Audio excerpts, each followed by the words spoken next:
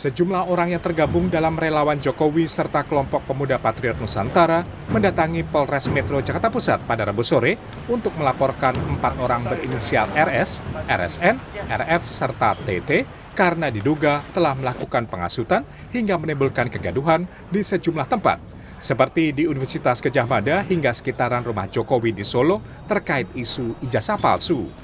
Mereka dilaporkan terkait dengan dugaan pasal 160 KUHP tentang tindak pidana pengasutan di muka umum. Di mana kejadiannya setidak-tidaknya terjadi di Jakarta Pusat, tindakan penghasutan itu terjadi. Akibat tindak penghasutan itu yang dilakukan oleh beberapa orang telah mengakibatkan kegaduhan. Sementara itu, politikus PDIP Arya Bima pada Kamis di gedung parlemen menyebut Jokowi tidak perlu membuktikan ijazahnya asli atau tidak. Jokowi saat menjabat sebagai wali kota, gubernur hingga presiden telah melalui proses verifikasi administratif terkait pendidikan.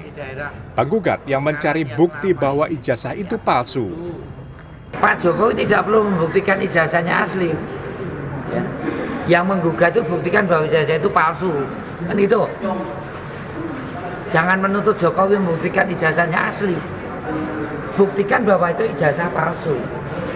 Nah, saya mengatakan dia sudah menjadi wali kota 2 kali, gubernur sekali, dan presiden 2 kali.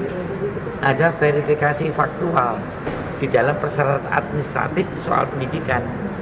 Verifikasi faktual itu antara prasyarat itu kalau nggak ada nggak boleh loh ya. Menanggapi tudingan ijazah palsu yang dialami, Presiden ke-7 Republik Indonesia Joko Widodo memilih menempuh jalur hukum. Menurut Direktur Eksekutif Lembaga Pemilih Indonesia Boni Hargen, semua warga negara setara di mata konstitusi.